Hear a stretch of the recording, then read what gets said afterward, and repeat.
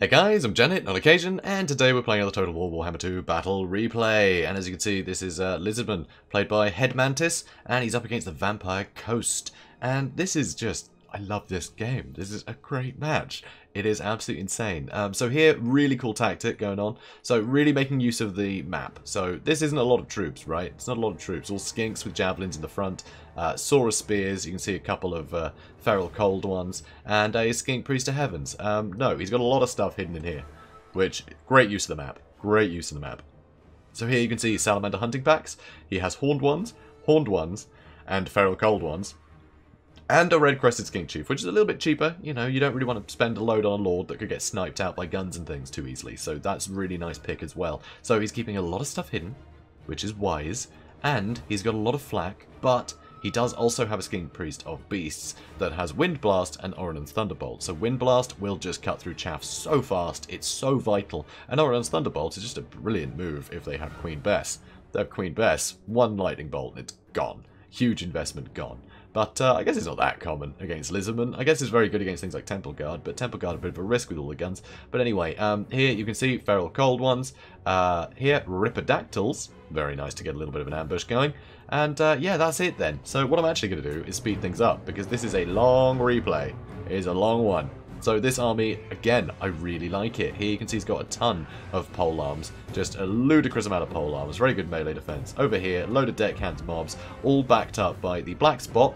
They're on the edge, which is great, because they also have the anti-large and armor piercing, so they can defend the flank themselves in melee if need be, and a load of handguns. So, load of handguns, great armor piercing for killing, you know, any of the dinosaurs, and frankly, Saurus warriors too. Also here, yeah, 4 carronades, which is ludicrous. 4 units. And there's a weird thing that having 4 carronades does, which we'll look at later. It's weird, but makes sense. You know, it's odd. We'll get to it. Anyway, Luther Harkon, brilliant for killing spellcasters, and he's just a great lord. He's up in the air, so he's quite difficult to pin down. That gun has great armor piercing, and he can lower, just ruin people's ability to use magic, which is amazing. He can really screw people over, spellcasters, but he's got the armor piercing and the maneuverability to get in and out of combat. And with all the armor piercing, the only things that can really bother him are things like Carnosaurs, but good luck Carnosaurs not getting gunned down. So here you can see skinks are pushing in, a lot of them taking quite a bit of damage, but they're all moving in, throwing javelins. Actually, I don't think bother throwing javelins, I think just charge straight in. You can see he is abandoning that idea, because you see he's taking more damage from all the guns than he's achieving through javelins. So, Saurus with spears pushing up. These guys will be very handy in case there are a load of Mourngulls running around. Mourngulls are an absolute nightmare, but Saurus spears with their anti-large can do some really good damage. They have very good weapon strength, so they can really help defend against that kind of thing. Here you can see rear attacks. Feral cold ones manage to slip into the back. Oh, beautiful wind blast wiping out that unit pretty much. So, Ripidactyls taking out 1 unit. Oh yeah, there were 2 deck gunners as well, which is ludicrous. So these deck gunners getting taken out and these deck gunners getting taken out. But Harkon is dealing with these Ripidactyls, but I mean, they've got rid of unit deck droppers already, and now they're on the move again. They weren't wiped out, but they took out a unit completely. All these guns are now focused on them, and if we look over here, the trap has been sprung, but I think it was too early. Because none of these guys really had good targets. They didn't have good shots into here, and you can see the infantry is winning. You know, the Lizardmen are winning in the forests, and the guns aren't really able to help much. So here, this is the weird thing about having 4 carronades.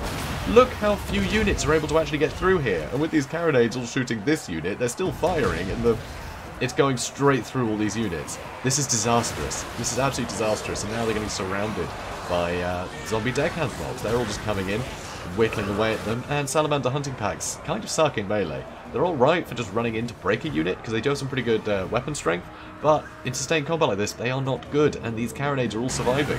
Well, they're crumbling now, but they're all doing pretty damn well, because the cannons themselves formed a massive wall. If you have that many, none of them slip around the edges and get into the unit, so it's just a big wall, which is kind of insane. That's an odd effect. But anyway, horned ones are lying in wait, but look at this, there's bloody deckhands everywhere.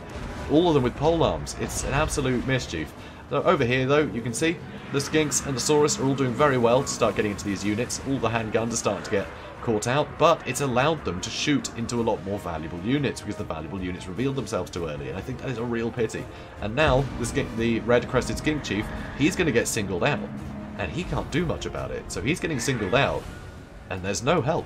there's no help. And losing a Lord means that all of these units are more likely to start running away, when really he just needs to be making use of his Skink Priest to Heavens to get rid of as much flak as possible, because once all the chaff is gone, these other units would have been brilliant. But coming in here, you know, trying to get to these guns, it just didn't work out well for them. And sadly, with them having retreated, it's just a load of free shots into them. It's a load of free shots. So, still plenty of skinks knocking around, Ripidactyls still over here, and so they're all starting to push in. You can see the Black Spot, pretty injured, but they managed to survive any assault they had. A beautiful Wind Blast, doing very little damage to the Saurus and Skinks, and just decimating these two units, which is amazing. How many kills is he on now? Only 65, surprisingly.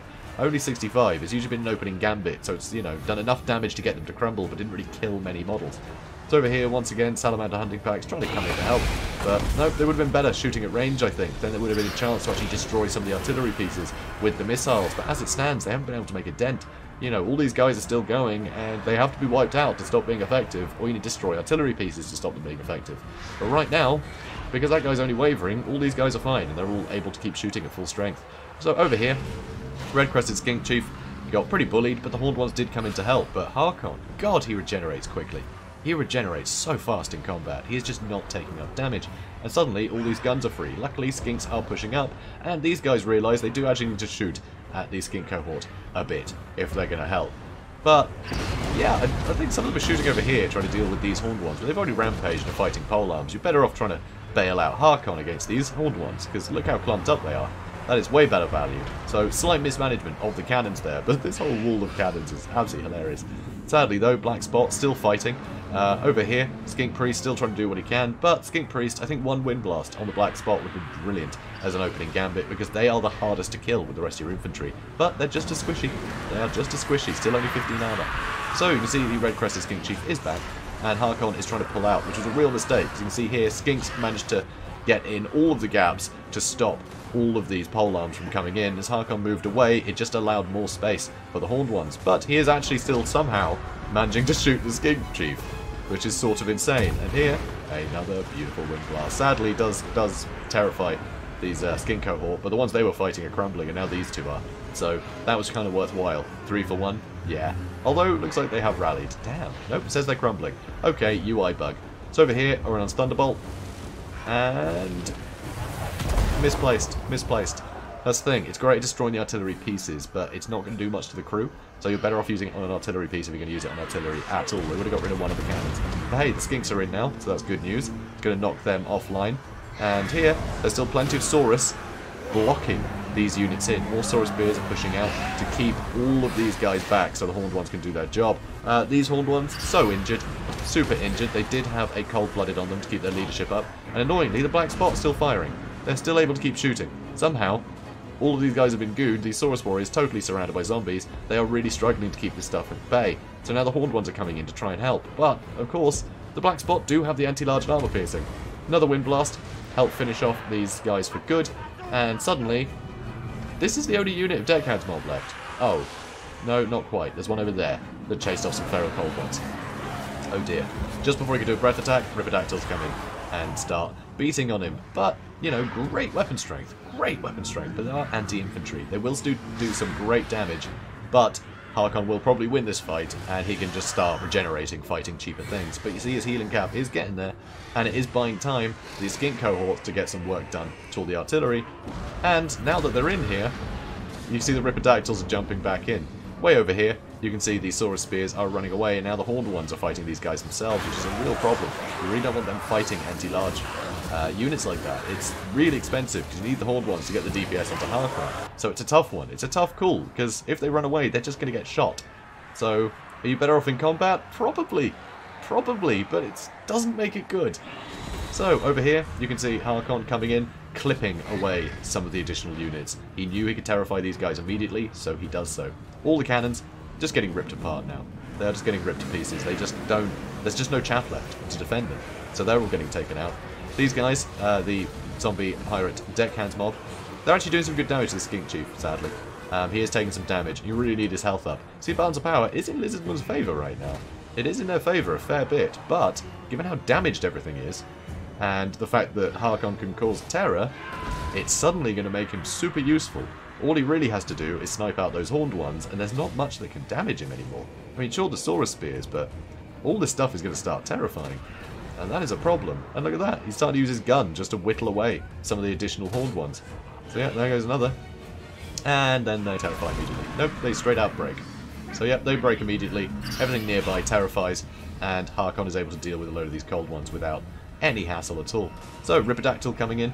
There's only one left. He's not going to get a lot done. But if he can get the charge off, even if he gets that 130 damage in, that's going to be pretty great. It's going to be pretty good indeed. Because he's busy.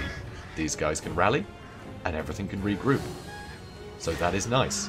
Use that last Ripidactyl to brilliant effect. That is really nice. I love this move. That's great. But yeah, did do some damage, so yeah, he's on 180 right now. Still regenerating.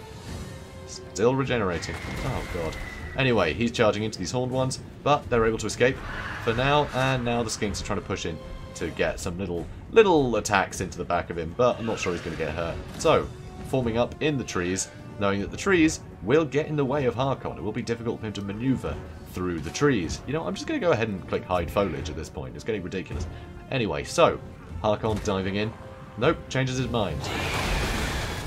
Okay, flips that edge. Now he's going for the Saurus Spears, and these deckhands mobs are finally making their way here. So, if he can do some damage to these Saurus Warriors, they're the healthiest unit right now. They are the healthiest unit, apart from the Skink Priest, who is very, very squishy. So, get some good damage into the healthier unit, and it means everything can be wrapped up quickly afterwards. So, Harkon is being very crafty here. Very crafty indeed.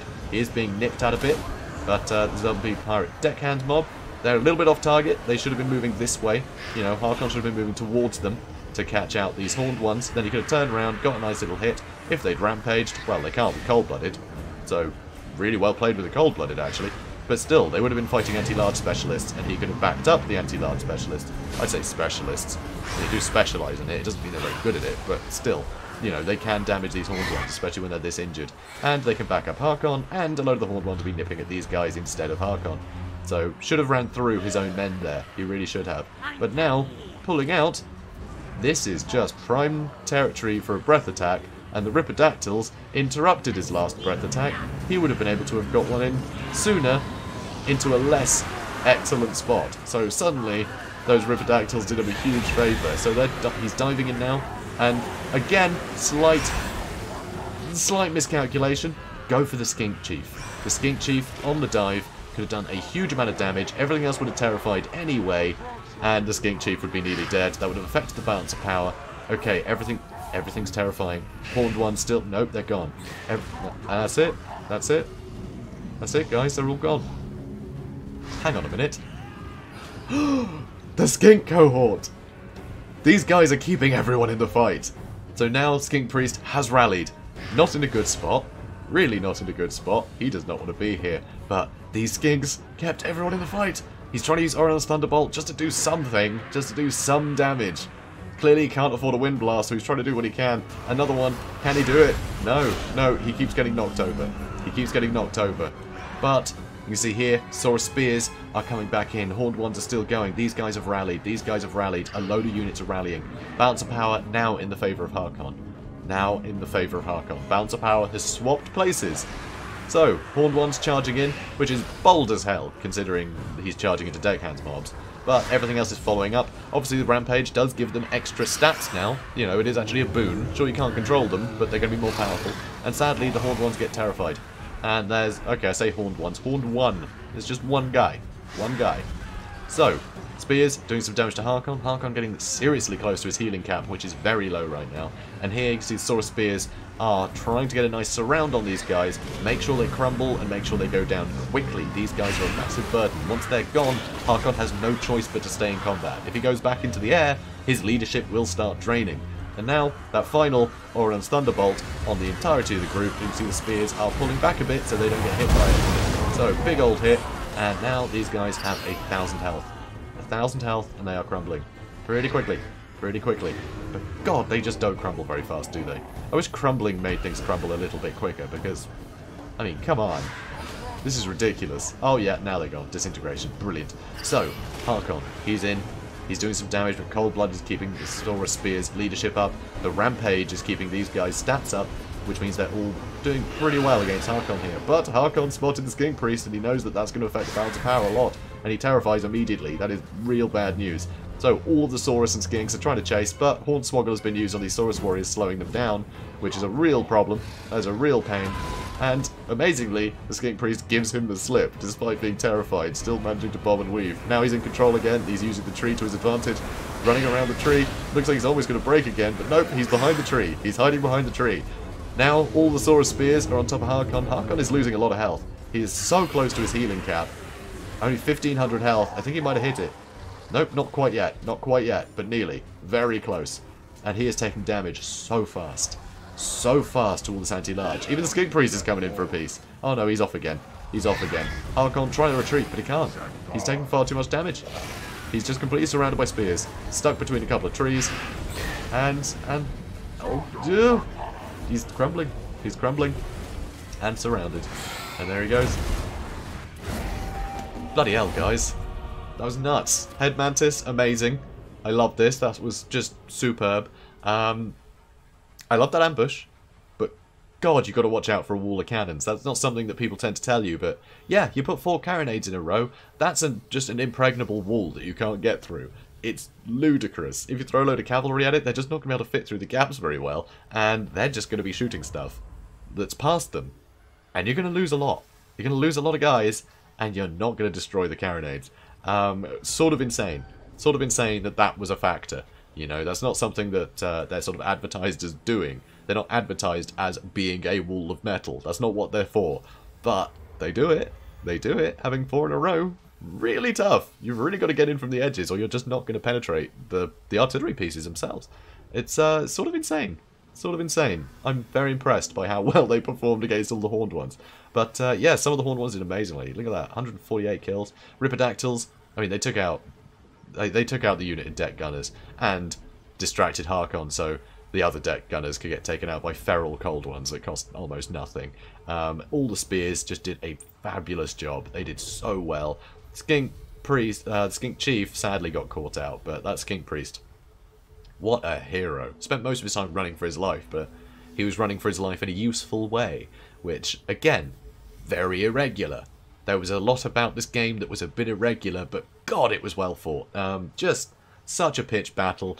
Could have gone either way so many times. That balance of power was like a yo-yo. It was fantastic. So thanks so much for sending this in. And guys, if you enjoyed this, please do comment, like, and subscribe. And I will see you in the next one. Have a good day, guys.